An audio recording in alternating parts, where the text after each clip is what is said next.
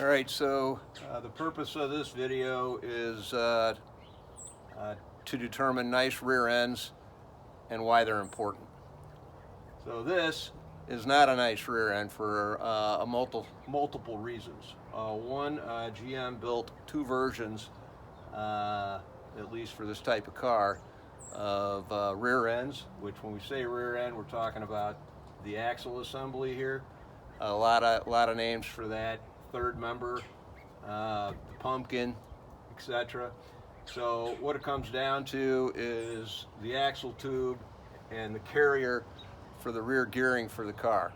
So this is a 10 bolt, which is inferior to the GM 12 bolt, Chevrolet 12 bolt rear end for a multiple reasons. The 12 bolt is stronger, it's physically bigger.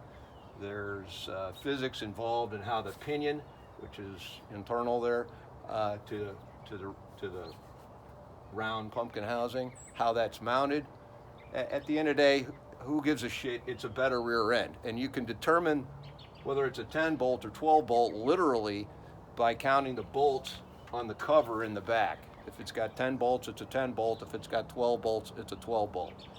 So this is a 10 bolt, so it's inferior to the 12 bolt, and the guy I'm building this car for plans on expressing his opinion with his right foot, let's just say.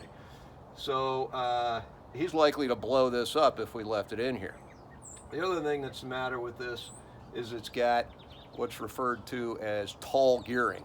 Tall gearing means that it's got a highway gear in it.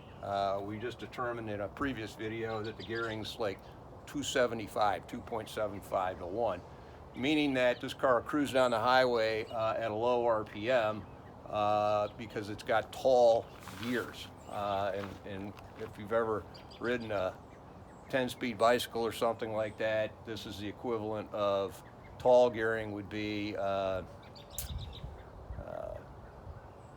like starting out in 10th gear.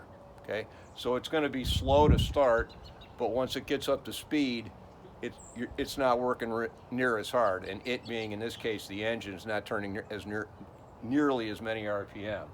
The opposite of that is short gears, where, and this is for stoplight to stoplight stuff, so this is the equivalent of starting out in first gear in your bicycle, and you can go like hell right off the line, but it doesn't take long before you're pedaling really hard and not producing any energy to the wheel.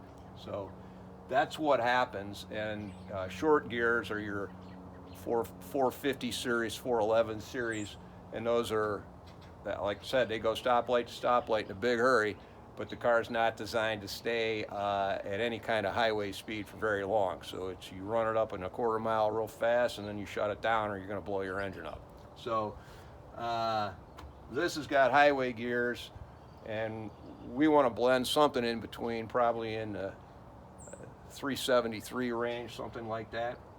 And then the other thing that's crap about this rear end is it's non-posi traction, meaning that only one wheel is being driven at a time, and the other one is just along for the ride. So that's the old one-wheel peel, or when you hammer it, you're going to spin one tire and smoke one tire instead of two of them, and well, that just ain't cool. So you can incidentally, you can tell whether you got a posi unit or not when you rotate one of the axles, and the one on the other side, it needs to rotate in the same direction. If it rotates backwards, it's an open, or called an open rear end, or a non-posi traction, where they both turn. So that's a little episode of why nice rear ends are particularly important.